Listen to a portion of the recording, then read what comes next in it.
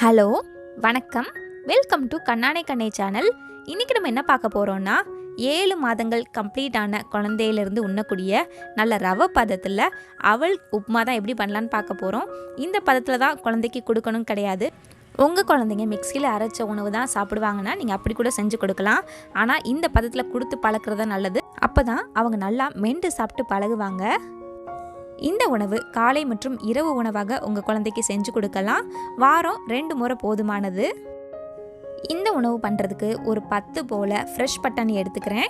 அதுக்கப்புறம் பாதி போல் தோல் சீவி எடுத்த கேரட் எடுத்துக்கிறேன். இப்போது இந்த கேரட்டை நல்லா துண்டு துண்டாக நறுக்கி எடுத்துக்கலாம். இந்த 2 காய்கறி தான் சேர்த்துக்கணும் அப்படின்னு கிடையாது, 2ல் ஏதாவது ஒன்று கூட சேர்த்துக்கலாம்.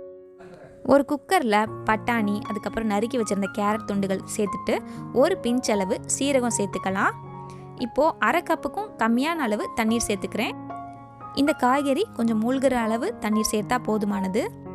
இப்போ இந்த குக்கரை க்ளோஸ் பண்ணிவிட்டு மிதமான சூட்டில் ஒரு 3 விசில் போல் வச்சு எடுத்துடலாம். குழந்தைக்குனால கொஞ்சம் நல்லா குலைவாக வேகணும். அது வேகிற டைமில் இங்கே ஒரு 3 டேபிள் ஸ்பூன் போல் வெள்ளை அவல் நான் எடுத்துக்கிறேன்.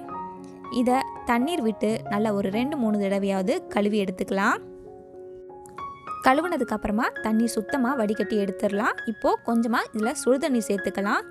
அங்கே காய்கறி வேகிற டைமில் இது நல்லா ஊறிட்டு இருக்கட்டும். இப்போ இதை மூடி வச்சு தனியாக எடுத்து வச்சிடலாம். குக்கர் விசில் அடங்கினதுக்கப்புறமா இதை ஓப்பன் பண்ணி பார்க்கலாம். பாருங்கள், இந்த கேரட்டும் சரி பட்டாணியும் சரி நல்லாவே வெந்துருச்சு. நம்ம கையால் இப்படி நசுக்கி பார்த்தா நல்லா நசுங்கி வரணும், அந்த பதத்தில் வெந்திருக்கணும். அடுத்து ஸ்டவ்வில் பேன் சூடானதுக்கப்புறமா கொஞ்சம் ஆயில் சேர்த்துக்கலாம். ஆயிலுக்கு பதிலாக நீங்கள் நெய் கூட சேர்த்துக்கலாம். அதில் கொஞ்சமாக கடுகு சேர்த்து கடுகு உடஞ்சதுக்கப்புறமா ஒரு 3 போல் உளுத்தப்பருப்பு சேர்த்துக்கிறேன். உளுந்து நிறம் மாறினதுக்கப்புறமா நம்ம காய்கறி வேக வச்சு அந்த தண்ணீரோடு சேர்த்துக்கலாம். அதுக்கப்புறமா நம்ம ஊற வச்சுருந்த அவல் சேர்த்துக்கலாம். இது லைட்டாக வதக்குனா போதும். காய்கறி ஏற்கனவே வெந்துருச்சு, அவளுமே நல்லா ஊறிடுச்சு. இந்த தண்ணீரோட அளவு குறையிற அளவு நம்ம வேக வச்சா போதும். ஒரு 3-4 நிமிஷத்தில் இது அழகாக ரெடி ஆகிடும். இந்த மாதிரி கன்சிஸ்டன்சியில் இருக்கணும். நான் ஏற்கனவே நெய் சேர்க்காதனால இப்போ ஒரு 1/2 ஸ்பூன் அளவு நெய் சேர்த்துக்கிறேன். அதுக்கப்புறம் ஒரு பிஞ்சுக்கும் கம்மியான அளவு பெப்பர் தூள் சேர்த்துக்கிறேன். இதை நல்லா மிக்ஸ் பண்ணி எடுத்துடலாம். 10 மாதத்துக்கு மேலே இருக்கிற குழந்தையா இருந்தாங்கன்னா அவங்களுக்கு இப்படியே கூட கொடுக்கலாம். காய்கறி மட்டும் கையில் நசுக்கி அவங்களுக்கு ஊட்டி விடலாம். ரொம்ப சின்ன குழந்தையாக இருந்தாங்கன்னா அவங்களுக்கு மேஷர் வச்சோ இல்லை மத்து வச்சோ இதை நல்லா மசிச்சு கொடுங்க. காய்கறியெல்லாம் நல்லா குலைவாக இருந்தால் தான் அவங்க விழுங்குறதுக்கும் எந்த சிரமமும் இருக்காது. நான் ஏற்கனவே சொன்ன மாதிரி தான் இதை நீங்கள் மிக்சியில் அரைச்சி கூட கொடுக்கலாம்.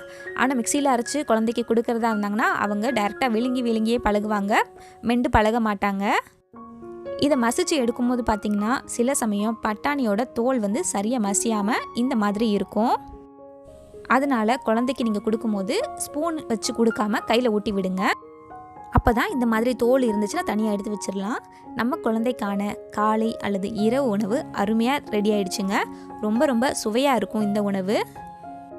கண்டிப்பாக உங்கள் வீட்டு குட்டீஸ்களுக்கு இந்த உணவை நீங்கள் ட்ரை பண்ணி பார்த்துட்டு அவங்க எப்படி சாப்பிட்டாங்கன்னு கீழே மறக்காமல் எனக்கு கமெண்ட் பண்ணுங்கள். நம்ம சேனலில் இது போல் நிறைய பேபி ஃபுட் ரெசிபீஸ்லாம் ஷேர் பண்ணிகிட்டே இருக்கேன். நம்ம சேனலோட வீடியோஸ் அப்புறம் ப்ளேலிஸ்ட் செக் பண்ணி பாருங்கள், உங்களுக்கு கண்டிப்பாக பயனுள்ளதாக இருக்கும். இந்த வீடியோ பிடிச்சிருந்துச்சுன்னா மறக்காமல் லைக் பண்ணுங்கள், கமெண்ட் பண்ணுங்கள், ஷேர் பண்ணுங்கள், சப்ஸ்கிரைப் பண்ணுங்கள். நன்றி.